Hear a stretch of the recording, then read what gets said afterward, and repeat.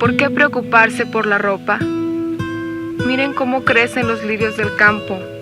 No trabajan ni tejen, pero créanme que ni Salomón, con todo su lujo, se puso traje tan lindo. Y Dios viste así a la flor del campo, que hoy está y mañana se echará al fuego. ¿No hará mucho más por ustedes, hombres de poca fe? ¿Por qué, pues, tantas preocupaciones? ¿Qué vamos a comer? ¿O qué vamos a beber? ¿O con qué nos vestiremos? Los que no conocen a Dios se preocupan por esas cosas, pero el Padre de ustedes sabe que necesitan todo eso. Por lo tanto, busquen primero el reino y la justicia de Dios, y esas cosas vendrán por añadidura. Estamos reflexionando sobre la fe práctica en la divina providencia. Este es un tema central de nuestra fe cristiana, ya que hay un mundo de diferencias entre la persona que trabaja y vive sin Dios, o teniéndolo a Dios o recurriendo a Él de vez en cuando está en necesidad, a la persona que en su vida cotidiana, en la vida de todos los días, vive y trabaja de acuerdo a un plan que Dios ha trazado para su vida. Debemos reconocer que estamos adentrándonos en un terreno misterioso, pero fascinante. Es un terreno misterioso. Sin duda que hay algunas leyes básicas que nos ubican en este terreno, por ejemplo, de que nada ocurre o sucede en nuestra vida en que Dios de alguna manera no esté presente, pero nada sucede sin nosotros, sin nuestra participación. Sin embargo, es una zona de misterios. Y hablando de lo misterioso, se percibe, quien observa un poco la vida y la historia, uno percibe que el hombre de hoy está en búsqueda. El hombre no solo puede vivir de tecnología y de un mundo de lo racional y de lo calculable y de lo que se mide. El hombre, hay algo trascendente, en cada hombre hay una tendencia al misterio, y cuando esto no se canaliza bien, en definitiva, cuando el hombre no se orienta, no busca, no se adentra en el misterio de Dios, que es el misterio de los misterios, el hombre se desvía por callejuelas secundarias y que no llevan muy lejos. Por ejemplo, en mi país acaba de aparecer una revista que se llama Misterios. Me interesó a ver de qué trataba esta revista. Y bueno, los misterios eran la astrología, la interpretación de los sueños, el subconsciente, cosas de brujos, brujería, y todo eso no lleva muy lejos. Yo pensé, pero que han detectado lo correcto. En el hombre actual hay un anhelo, una búsqueda, un querer entrar en los misterios. Y hay misterios en la vida, por eso se habla del misterio de Dios, el misterio de Cristo, el misterio de la gracia, el misterio del mal y otros. Fe práctica en la divina providencia. Por una parte, la realidad, la presencia de un Dios que por ser Padre cuida y es providente, y por la otra, el rol del hombre, lo que nos toca a nosotros, que es captar, sintonizar esa onda y procurar entrar en esa onda. Un gran filósofo español, Ortega y Gasset, decía que la vida se compone de lo que nosotros hacemos y de lo que nos sucede. Y es así. es una bipolaridad permanente en nuestra vida, lo que uno planea, lo que uno se propone, lo que uno trata de realizar, pero también lo que nos sucede. Algunos llaman a eso el destino. Me acordaba de que en la Argentina hay un tango que se llama Adiós muchachos, muy conocido, y en una de sus estrofas dice: adiós muchachos, ya me voy y me resigno, porque al destino nadie lo cambia. Personalmente yo no creo que existe un destino ciego, oscuro, sino creo que existe un plan de Dios, existe una providencia divina. Tampoco niego la importancia o la cierta base de realidad que puede tener algo de la astrología u otras ciencias semejantes, pero a mí me parece fundamental que antes que llamar por teléfono a la astróloga, es importante consultar a la Divina Providencia, sintonizar con la Divina Providencia. No lo que me dicen los astros, sino lo que me dice Dios, lo que me está diciendo el Dios de mi vida, el Dios de mi historia, realidad a la cual solamente puedo acceder a través de la fe, de una fe práctica. Fe, al hablar de esta cuestión central de nuestra vida cristiana, la fe práctica en la Divina Providencia, debemos precavernos de dos errores que están en los extremos. Por una parte, es la actitud pasivista ante la historia. Es aquella típica del Dios proveerá. Es cierto que Dios proveerá, pero Dios, como dice San Agustín, el Dios que te creó sin ti, no te va a salvar sin ti. Por lo tanto, yo debo colaborar con la obra de Dios, con la acción de Dios, con el plan de Dios en mi vida. A veces los países latinos tenemos, por una parte de nuestra sangre, nuestro modo de ser, tenemos una cierta actitud básica de confianza ante Dios, pero ¿cuál es nuestro punto débil? Nos falta el compromiso, nos falta poner lo que nos corresponde, la parte nuestra. Ese es un extremo, ¿ven? El pasivismo. Quien entendiera así la fe en la providencia, la estaría entendiendo en forma parcial y en alguna medida errada, ya que si bien Dios cuida de todo y tiene un plan, por otra parte, Dios llama al hombre a colaborar con ese plan. Un extremo entonces es el pasivismo. El otro extremo opuesto es el activismo, o sea, es el hombre que tiene que sacar las cosas adelante, yo tengo que asumir mi vida, yo me tengo que jugar. No es Dios, Dios creó las reglas de juego, pero es el hombre que tiene que jugarse. Esta actitud activista es quizá la más generalizada hoy día en el mundo de hoy.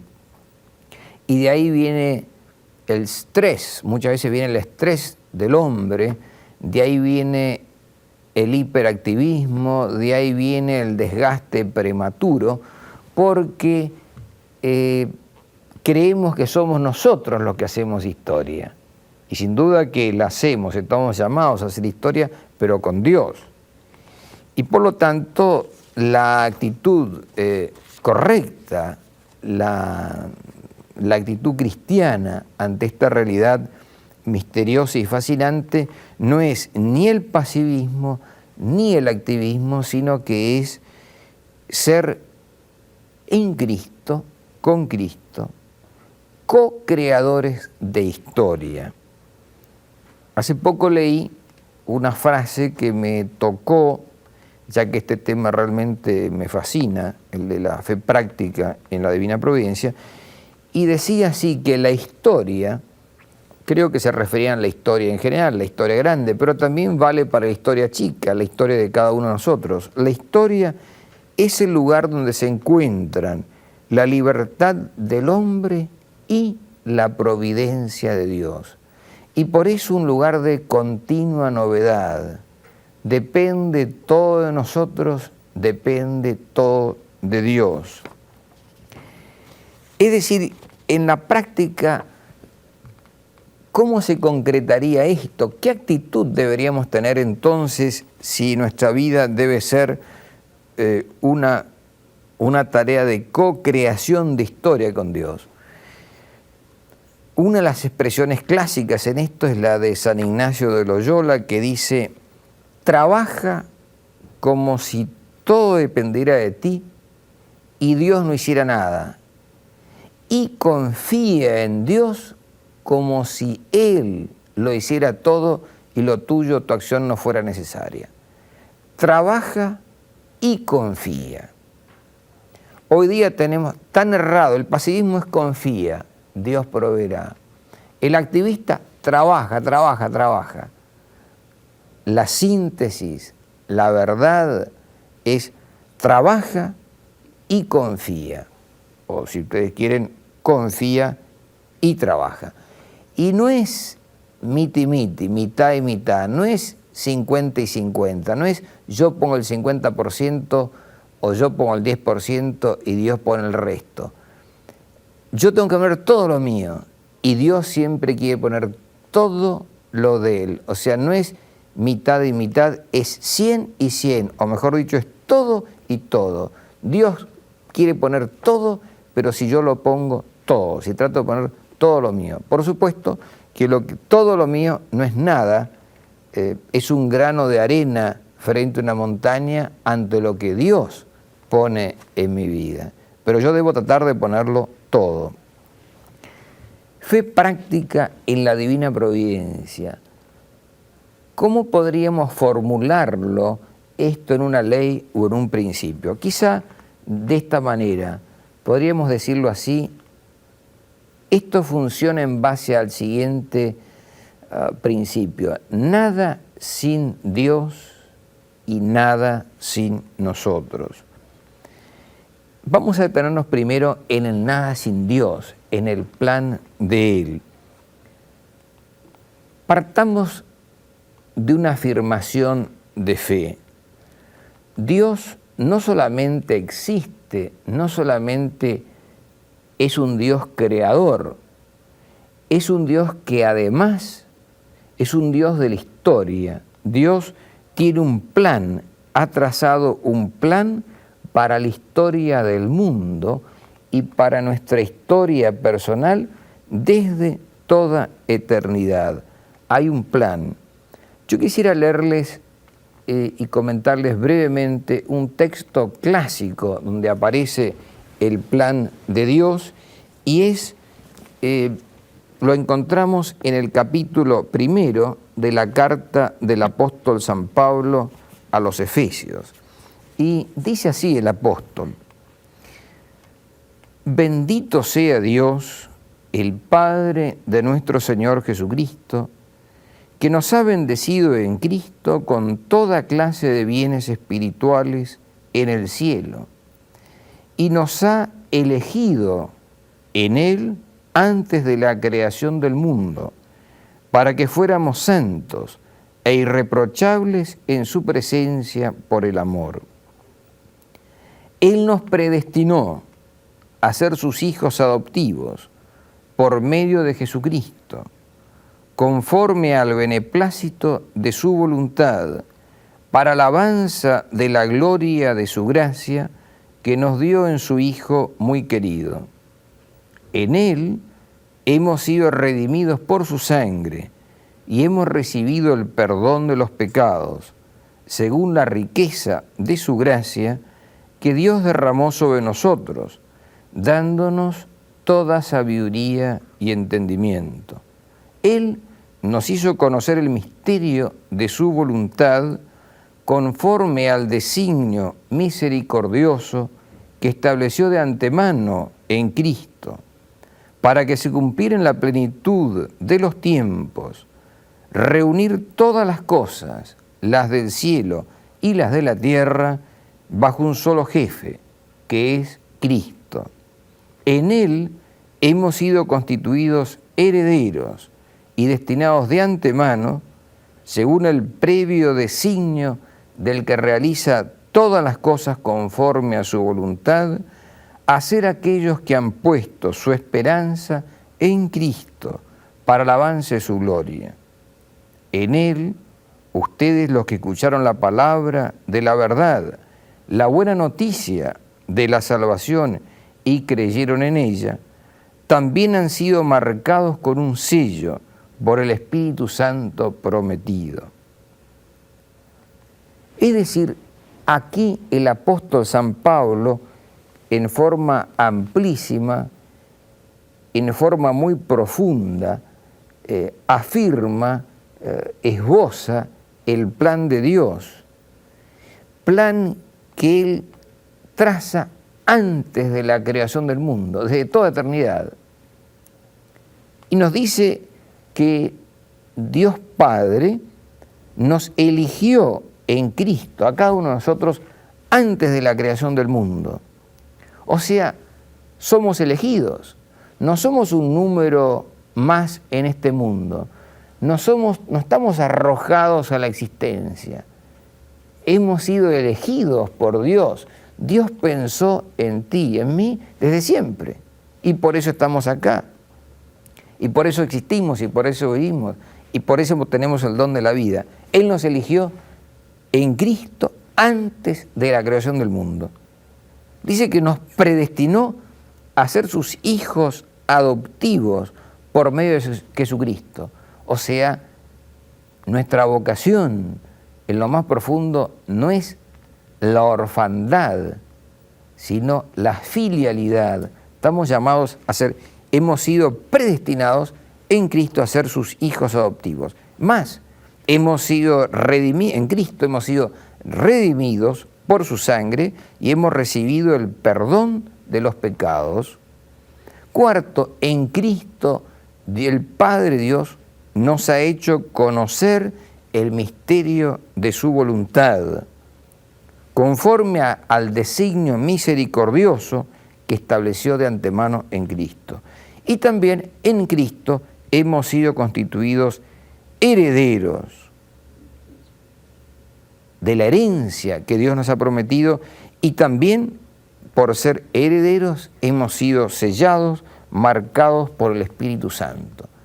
Una riqueza, un plan enorme, un plan maravilloso, y esto es lo primero, yo creo, que los cristianos deberíamos hacer. El cristianismo no consiste, en primer lugar, en hacer algo o no hacer lo otro, sino consiste en encontrarse con alguien, es encontrarlo a Jesucristo, y en Él es descubrir el plan que el Padre Dios ha trazado para la humanidad en general y para cada uno de nosotros en particular, en el centro de ese plan, que es un plan de sabiduría infinita, es un plan de amor infinito y es un plan de poder infinito, ya que nos dice acá el apóstol Pablo, según el previo designio del que realiza todas las cosas conforme a su voluntad. Los planes de Dios se cumplen, tardan más, tardan menos, pero se cumplen. Lo absoluto es el plan de Dios. Este es el punto de partida para la divina providencia. Afirmar la fe en la divina providencia significa afirmar la fe en que Dios tiene un plan de sabiduría, un plan de amor y un plan que Él realiza con su omnipotencia, su poder infinito en nuestras vidas.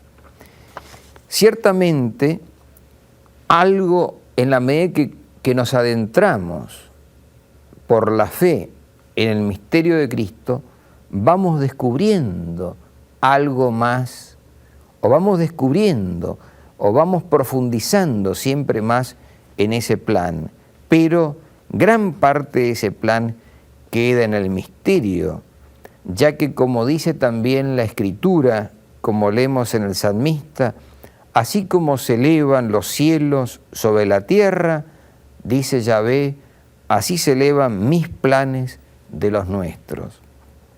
Y también, en otra expresión clásica, el apóstol San Pablo, en la carta a los Romanos, cuando él pensaba en la historia de su pueblo, de Israel, ese pueblo que él amaba profundamente, ese pueblo por el cual lo había dado todo, y ese pueblo que rechaza al Mesías, y meditando sobre el camino, los caminos de Dios para con su pueblo, San Pablo dice al final del capítulo 11 en la carta a los Romanos, qué insondables son sus designios y qué incomprensibles sus caminos. Los planes de Dios, los designios de Dios son insondables y debemos aceptarlo con humildad, con fe, como hijos pequeños, pero son insondables sus planes, sus designios e incomprensibles muchas veces sus caminos. Fe práctica en la divina providencia. Por una parte, nada sin Dios. En el centro, nada sin el plan de Él. Por la otra, nada sin nosotros.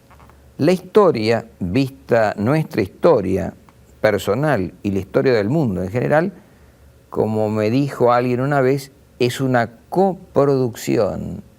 Es obra de Dios y es obra de los hombres. Por una parte, y por la otra, debemos tener siempre presente que el factor principal, el factor primero y el factor decisivo no somos nosotros, si bien lo nuestro tiene su gran importancia. El factor número uno en la historia es Dios. Cristo está en el origen, Cristo es origen, es eje y es fin de toda historia humana. Nada sin Dios, pero por otra parte, nada sin nosotros. Acá debemos incluir un tercer factor que no voy a poder desarrollar mucho, pero que debe ser incluido. La historia, hay tres factores que intervienen permanentemente en la historia. Por una parte Dios, los hombres, pero hay un tercer factor que es el demonio. Hay también un poder maligno que actúa misteriosamente en la historia. Poder que ha sido vencido por Cristo en la cruz, pero poder que sigue actuando hasta el fin de los tiempos, misteriosamente. Por supuesto, me doy cuenta que solamente en la fe uno puede percibir la realidad de este poder maligno, que nunca debemos poner en el centro de la historia, porque en el centro hay solamente una persona, que es Jesucristo. Hay alguien que es Señor de la historia, que es el vencedor de la historia y que ya ha vencido en la historia. Por eso dice Jesús, en el mundo tendrán que luchar, tendrán que sufrir, pero tengan valor, yo he vencido al mundo. No es que dice, ánimo que vamos a vencer, yo he vencido al mundo. Y por eso nosotros sabemos que si vivimos en Cristo y sufrimos en Él y con Él, somos vencedores en la historia. Nada sin Dios, nada sin nosotros. Quisiera subrayar un poquito más esa afirmación de ese otro factor sin el cual uno no comprende muchas cosas que pasan en la historia. El factor visible son los hombres, las fuerzas decisivas son las invisibles. En el centro de la realidad, en el centro del cosmos, en el centro de la historia está Jesucristo, el Señor, el vencedor de la muerte, el vencedor del maligno. Pero existe un poder maligno presente y actuando en la historia. Por eso el Concilio Vaticano II, en el documento sobre la Iglesia en el mundo de hoy, afirma, enseña en el artículo 37 que a lo largo de toda la historia humana se da una dura batalla contra el poder de las tinieblas, es una expresión de San Pablo, que comenzada en los orígenes de la humanidad, durará, como dice el Señor, hasta el final. Yo conocí a un sacerdote, un hombre de Dios, el padre José Kentenich, que tuvo una larga experiencia sacerdotal, una larga experiencia humana, y que también le tocó estar 3 años prisionero en un campo de concentración en Dachau durante la Segunda Guerra Mundial, y fue un hombre de una profunda percepción de las fuerzas que actúan en la historia, y en una oración que él compone en el campo de concentración, le dice a Dios Padre, Padre, junto a María nuestra Madre, quiero acompañar al Redentor del mundo y en su lucha a muerte ver esos poderes que actúan en todos los sucesos de la historia. ¿Cuáles son esos poderes? Por una parte, Dios, Cristo, María, y por la otra, el enemigo, el maligno. Y hay una lucha irreconciliable entre estos dos poderes. Y en el medio de ambos estamos nosotros los hombres. Fe práctica en la divina providencia supone por eso adentrarnos en un terreno fascinante, un terreno misterioso, al cual accedemos solamente a partir de la fe, con el radar de la fe. Y afirmamos en primer lugar el plan de Dios, que desde toda eternidad, desde antes de la creación del mundo, trazó el Padre Dios en Cristo. Por Él fueron hechas todas las cosas, en Él todo subsiste. Él es el fin de toda historia. Él es el factor principal. Pero nada sin Dios, pero nada sin nosotros. Nos lo dice San Agustín, el Dios que te creó sin ti no te va a salvar sin ti. Por eso vamos a trabajar, tenemos que trabajar, profundizar por una parte en esos dos polos, en Dios, Padre, providente, que cuida, y por la otra lo que nos toca hacer a cada uno de nosotros en este juego, en este drama, en esta noble lucha que es la vida y que es la historia. Dios podría haberlo hecho sin nosotros, pero Él ha querido hacernos participar en la misión redentora de Cristo. Y esto no porque nos necesite, podría haberlo hecho de otra manera, sino ello nos eleva, ello nos dignifica al llamarnos a ser en Cristo sus aliados, sus partners. En síntesis, no solamente Dios ha hecho un plan, sino Dios es el jugador principal en este plan. Él es el que lleva el juego, Él es el que tiene el plan, pero Él no quiere jugar sin nosotros. Como si fuera el fútbol, no solamente Él es el técnico, sino que Él es el técnico, pero además el capitán del equipo, el mejor jugador y el que está detrás de todas las jugadas.